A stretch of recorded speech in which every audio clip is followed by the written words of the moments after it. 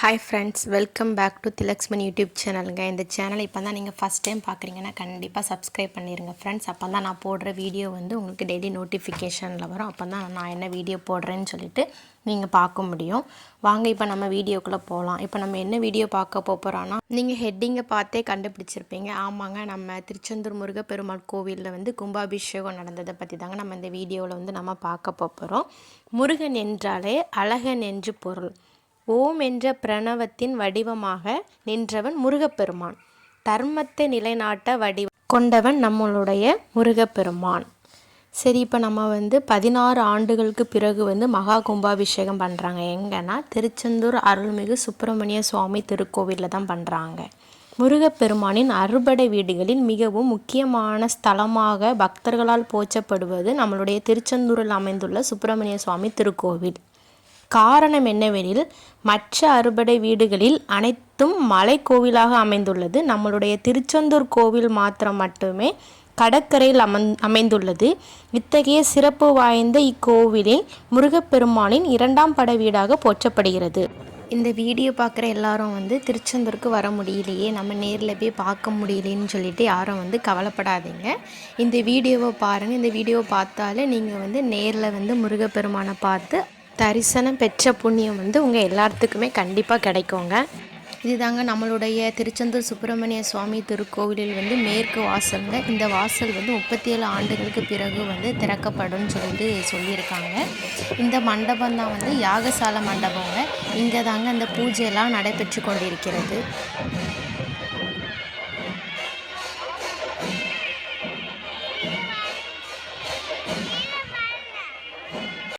16 ஆண்டுகளுக்கு பிறகு நடைபெறும் மகா கும்பாபிஷேக விழாவில் தமிழ்நாட்டில் இருந்து மட்டுமல்லாது பல்வேறு மாநிலங்களில் இருந்தும் வெளிநாடுகளில் இருந்தும் லட்சக்கணக்கான பக்தர்கள் கலந்து கொண்டார்கள் என வந்து தெரிவிக்கப்பட்டது. மேலும் நம்மளுடைய திருச்செந்தூர் அருள்மிகு சுப்பிரமணிய சுவாமி திருக்கோவிலில் கும்பாபிஷேகத்திற்கு வரக்கூடிய பக்தர்கள் அனைவருக்கும் தேவையான அடிப்படை வசதிகள் மற்றும் பாதுகாப்பு வசதி, வாகன நிறுத்துமிடங்கள், நகரம் முழுவதும் இருந்து பக்தர்கள் கும்பாபிஷேக விழாவை காண வந்து ஏற்பாடு வந்து பல்வேறு வகையான கோவிலில் வந்து செஞ்சுருந்தாங்க.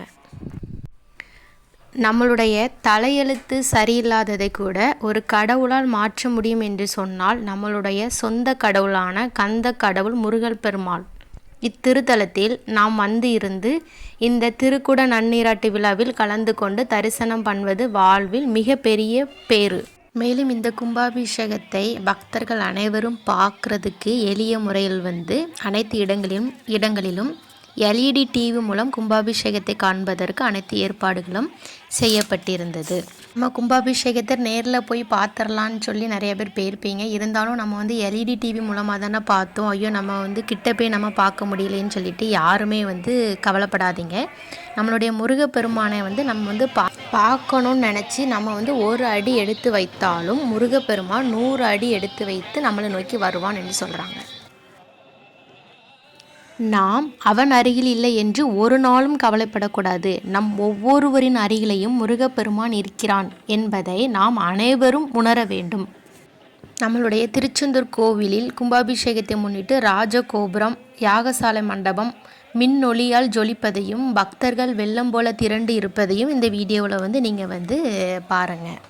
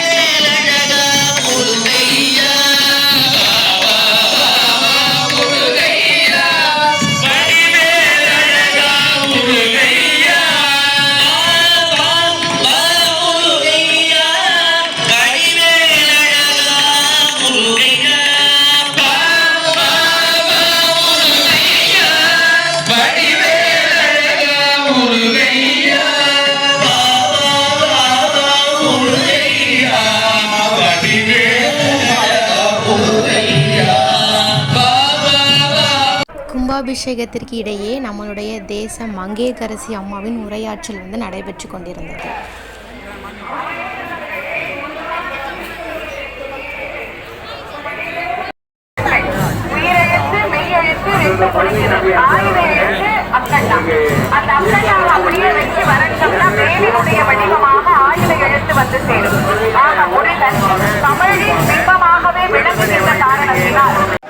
நம்மளுடைய திருச்செந்தூர் அருள்மிகு சுப்பிரமணிய சுவாமி திருக்கோவிலில் கும்பாபிஷேகம் வெகு சிறப்பாக நடைபெற்று முடிந்தது. அதை தொடர்ந்து மற்ற பூஜைகள் வந்து தொடங்கியாச்சு.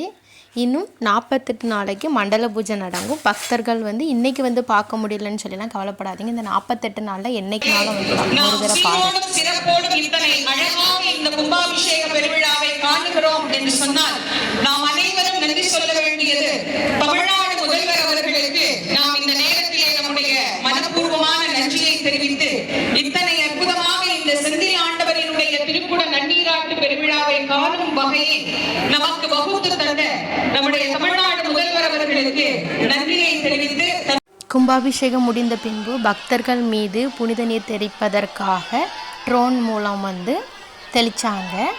அப்பவும் பக்தர்கள் வந்து வெற்றிவேல் முருகனுக்கு அரோகரா அரோகரா என்ற கோஷம் முழங்க தான் எல்லாரும் பக்தர்கள் சூடியிருந்தாங்க. மேலும் இந்த வீடியோ யாரெல்லாம் பார்க்குறீங்களோ அவங்க எல்லாருக்குமே வந்து புனித நீர் மேலே பட்ட மாதிரி நீங்கள் வந்து நினச்சிக்கோங்க. கும்பாபிஷேகத்துக்கு நேரில் வர முடியலன்னு சொல்லிலாம் யாருமே வருத்தப்படாதீங்க. இந்த வீடியோவை பார்த்து என்னென்ன நடந்துச்சுன்னு சொல்லிட்டு நீங்கள் கண்டிப்பாக தெரிஞ்சிருப்பீங்க. கும்பாபிஷேகம் முடிஞ்ச உடனே பக்தர்கள் எல்லாருமே கிளம்ப ஆரம்பிச்சிட்டாங்க. பார்த்தீங்களா எவ்வளோ பக்தர்கள், எவ்வளோ கூட்டம்.